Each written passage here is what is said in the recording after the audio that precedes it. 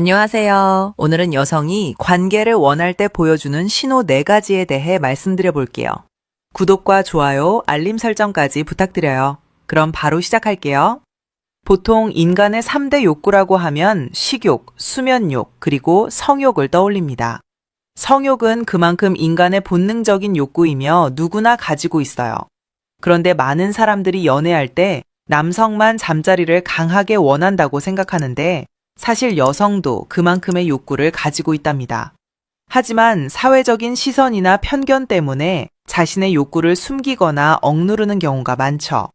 즉, 아무리 성욕이 강한 여성이라도 자신의 감정을 대놓고 드러내기가 쉽지 않다는 거예요.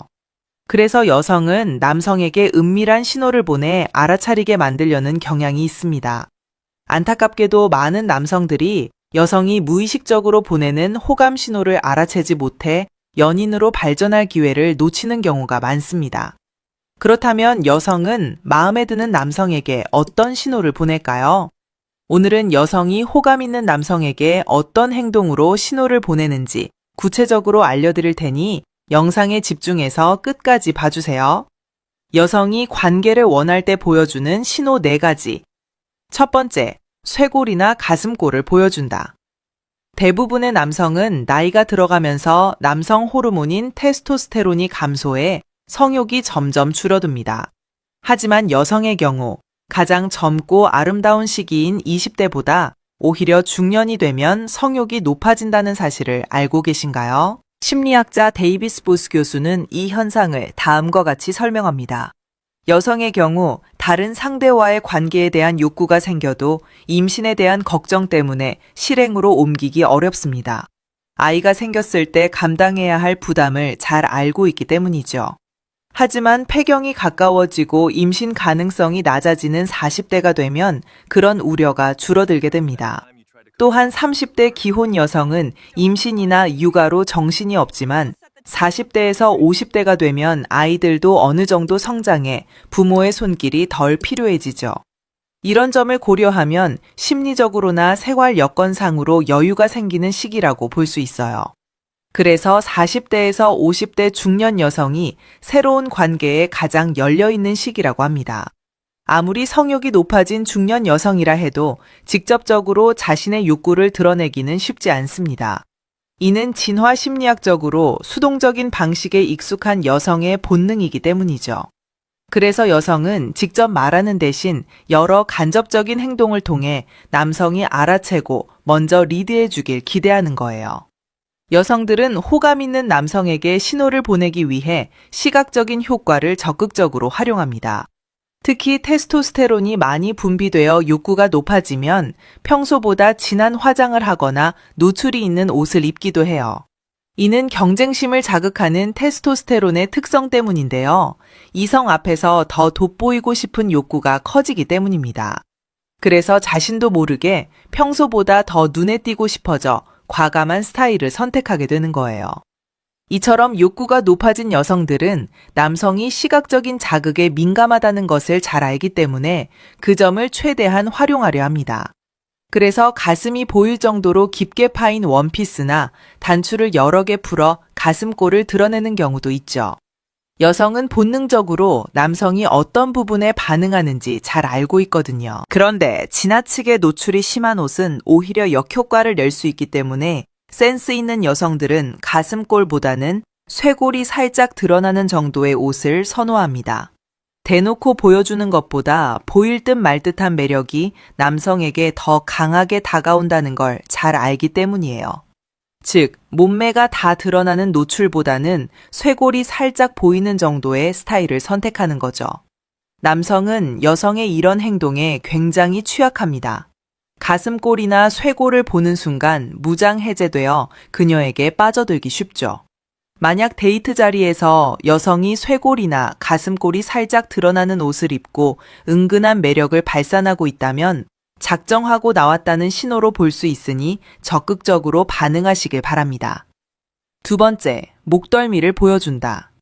여성들은 대부분 호감 있는 남성 앞에서 자연스럽게 고개를 기울여 목선을 드러내 보입니다. 그런데 왜 목덜미를 보여주는 것이 호감 신호일까요? 미국의 의사소통 전문가 토냐 라이먼에 따르면 여성은 좋아하는 남성에게 무의식적으로 목 부분을 드러내는 습성이 있다고 해요. 목은 경동맥과 경정맥이 있는 급소인데 이처럼 취약한 부위를 보여준다는 것은 상대의 접근을 두려워하지 않는다는 신호라는 거예요. 즉, 머리카락을 귀 뒤로 넘기며 목선을 드러내는 행동이 자신의 매력을 어필하기 위한 무의식적인 표현이라는 거죠. 여성의 신체 언어는 속마음을 숨기기 어렵게 만들기도 합니다. 자신을 좋아하는 여성은 다른 사람들과 있을 때와는 다르게 행동해요. 온전히 집중하거나 긴장해서 안절부절 못하거나 머리카락을 만지작거리거나 꼬는 행동을 하기도 하죠. 가슴이 설레거나 긴장했을 때 자신도 모르게 나오는 행동인데요. 상대를 만지고 싶지만 그럴 수 없을 때 자신의 신체를 만지는 행동으로 나타나기도 한답니다. 또한 대화 중 머리카락을 만지거나 나타날 때마다 긴장하거나 입술을 핥거나 얼굴이 붉어지는 경우도 있어요. 이런 행동들은 속마음을 숨기지 못하고 자연스럽게 표출되는 호감 신호들입니다. 단, 여기서 오해하면 안 되는 경우가 있어요. 머리가 긴 여성이라면 음식을 먹을 때 습관적으로 머리카락을 뒤로 넘기는 경우도 있습니다. 식사 중에만 머리를 귀 뒤로 넘기고 다시 원래대로 돌려놓는다면 이는 호감 표현이 아닌 단순한 습관일 수 있으니 착각하지 않도록 주의하세요. 세 번째, 몰래 쳐다본다. 여성들은 아무리 마음에 드는 남성이 있어도 먼저 초반부터 적극적으로 다가가지 않습니다. 좋아하면서도 내색하지 않는 거죠. 보통 은연중에 드러나거나 무의식적인 행동으로 표현하는 경우가 대부분이에요. 이 내성적인 신호를 파악하지 못한다면 연인으로 발전할 기회를 놓칠 수 있어요. 이러한 호감 표현 중 가장 흔한 행동은 남성을 유심히 바라보는 거예요. 이렇게 쳐다보는 것이 단순히 눈을 마주치기 위한 것만은 아닙니다. 아주 적극적인 여성을 제외하면 대부분은 소심한 편이라 남성의 시선이 느껴져지면 재빨리 시선을 피합니다. 남성이 마음에 드는 여성을 자연스럽게 바라보게 되는 것처럼 여성도 마음에 드는 남성을 보면 눈길을 멈추지 못하는 거예요. 그렇게 몰래 쳐다보다가 막상 그가 자신을 바라보면 움찔 놀라며 고개를 돌리게 됩니다. 이처럼 몰래 쳐다보다 눈이 마주쳐 놀라는 상황이 생겼을 때 절대 해서는 안 되는 행동이 있어요. 바로 왜 저를 쳐다봤어요? 라고 이유를 묻는 거랍니다. 이는 여성을 당황하고 창피하게 만드는 행동이에요. 많은 남성들이 여성의 입장을 고려하지 않고 직접적으로 확인하려는 경향이 있는데 연애에 능숙한 사람은 묻지 않고도 여성의 마음을 읽어내는 눈치가 있습니다. 지금 당신을 몰래 바라보는 여성에게 조금이라도 호감이 있다면 이런 행동은 삼가셔야 해요. 자존심에 상처를 입은 여성은 그 남성에 대한 호감이 급격히 사라질 수 있거든요. 눈이 마주쳤다면 입꼬리를 살짝 올리는 부드러운 미소를 보내는 것이 가장 좋습니다. 네 번째, 목소리 톤이 애교스럽게 바뀌고 자주 웃어준다. 여성은 좋아하는 남성 앞에서 표정, 말투, 목소리 톤이 완전히 달라집니다. 콧소리가 섞이면서 애교스러운 목소리를 내기도 하고 평소보다 높은 톤으로 말하게 되는 거죠. 그 이유는 그 남성에게 여성스러운 매력을 어필하기 위해서예요.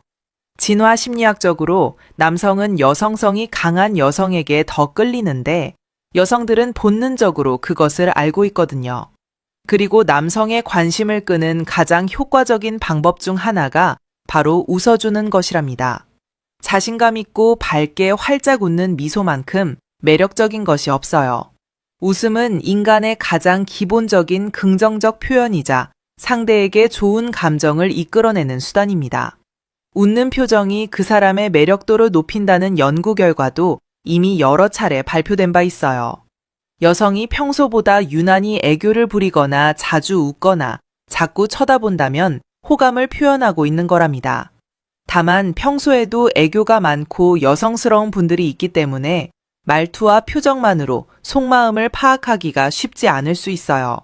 그렇기 때문에 평소와 다른 말투와 표정을 보이는지 관찰하는 것이 중요한데요.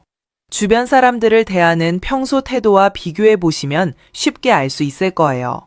만난 지 얼마 되지 않아 평소 태도를 알기 어렵다면 함께 식당이나 카페에 갔을 때 종업원이나 다른 사람을 대하는 말투와 행동을 참고하시면 됩니다. 만약 여러분에게 유독 애교를 부리거나 웃음이 많고 자꾸 쳐다보는 등 평소와 다른 모습을 보인다면 빨리 알아채 자연스러운 분위기를 만들어 가시는 것이 좋을 거예요. 다만 말투와 표정은 가능성을 보여주는 신호일 뿐이므로 다른 신호들과 함께 복합적으로 판단하시길 권해드립니다. 지금까지 여성이 관계를 원할 때 보여주는 신호 4가지에 대해 말씀드렸어요. 다시 한번 정리해드리면 첫 번째, 쇄골이나 가슴골을 보여준다. 두 번째, 목덜미를 보여준다. 세 번째, 몰래 쳐다본다. 네 번째, 목소리 톤이 애교스럽게 바뀌고 자주 웃어준다입니다. 다음엔 더 재미있고 유익한 영상으로 찾아뵐게요. 끝까지 시청해주셔서 감사합니다. 다음에 또 봬요. 성관계 후 꼭 지켜야 할 위생수칙이 있을까요? 위생과 관련해서는 피곤하더라도 거르지 않는 것이 좋습니다. 하지만 어떤 측면에서는 지나친 위생관리가 오히려 역효과를 낼 수 있어요. 성관계 이후 해야 할 것과 하지 말아야 할 것을 정리해 보겠습니다. 건강 전문 매체에서 정리한 성관계 후 해야 할 일과 하지 말아야 할 일은 다음과 같습니다. 해야 할 것 7가지. 첫째, 간단히 씻어내기. 관계 후 곧바로 온몸을 깨끗이 씻을 필요는 없습니다. 부드럽게 닦아내는 것만으로도 요로 감염 같은 질환을 예방할 수 있어요. 생식기 주변을 따뜻한 물로 헹궈내는 것으로 충분하며 피부가 민감한 경우에는 순한 비누도 자극이 될 수 있으니 주의하세요. 포경 수술을 하지 않은 남성이라면 포피를 부드럽게 뒤로 젖혀 씻어내는 것이 좋습니다. 둘째, 소변 보기. 성관계 중에는 요도를 통해 박테리아가 체내로 들어올 수 있습니다. 감염 가능성을 줄이려면 관계 후 소변을 봐서 세균을 몸 밖으로 배출하는 것이 좋아요. 여성의 경우 생식기 주변을 닦을 때 앞에서 뒷방향으로 닦아 세균이 질 내부로 침투하지 않도록 해야 합니다. 또한 관계 전에 충분한 수분을 섭취해두면 소변을 보기 더 수월합니다. 셋째, 헐렁한 옷 입기. 관계 후에는 속옷이든 잠옷이든 여유 있는 것을 선택하세요. 너무 꽉 조이는 팬티나 거들은 피하는 것이 좋습니다. 남녀 모두 통기성이 좋고 땀 흡수가 잘 되는 면 소재 속옷을 추천해요. 땀이 많이 차면 박테리아와 효모균이 번식하기 쉬운 환경이 됩니다. 경우에 따라 속옷을 아예 입지 않는 것도 감염 예방에 도움이 될 수 있어요. 넷째, 손 씻기. 손은 신체 곳곳에 박테리아를 퍼뜨리기 가장 쉬운 경로입니다. 관계 후에는 반드시 비누로 손을 깨끗이 씻어야 해요. 관계 후 루틴에 손 씻기를 꼭 포함시켜 두세요. 다섯째, 성인용품 세척하기. 관계 후 성인용품은 성병이나 기타 감염을 퍼뜨리는 매개체가 될 수 있습니다. 제품에 맞는 세척 방법을 확인해 꼼꼼히 관리하세요. 다른 사람과 공유하지 않는 것이 원칙이지만 불가피하게 공유하게 된다면 사용할 때마다 새 콘돔을 씌워 교차 감염을 반드시 예방해야 합니다. 여섯째, 성병 관리. 성관계 중에는 다양한 감염이 전파될 수 있습니다. 감염 증상이 나타난다면 지체 없이 병원을 방문해 관리해야 해요. 생식기 주변의 통증, 물집, 발진, 반점, 이상한 돌기 등의 증상이 있는지 꼼꼼히 확인해 보세요. 특히 새로운 파트너와 관계를 가졌다면 성병 검사를 받는 것이 좋습니다. 성병은 초기에 뚜렷한 증상이 없는 경우가 많기 때문에 감염 여부를 확인하는 유일한 방법은 검사를 받는 것입니다. 일곱째, 임신 중 성관계 시 각별히 주의하기. 임신 기간 중 성관계는 요로 감염 등 감염 위험이 높아집니다. 따라서 관계 후 소변을 보고 몸을 씻는 등 기본적인 위생 관리가 매우 중요해요. 여성뿐 아니라 남성도 위생에 더욱 철저하게 신경 써야 합니다. 하지 말아야 할 것. 첫째, 질 세척. 약국에서는 질을 깨끗하게 세척하거나 상태를 유지시켜준다고 광고하는 제품들을 쉽게 찾아볼 수 있습니다.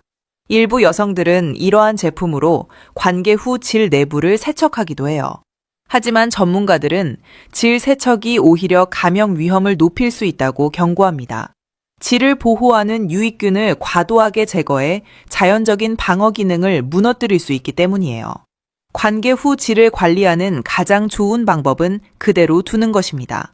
관계 후 약간의 냄새가 난다고 해서 반드시 감염을 의미하지는 않아요.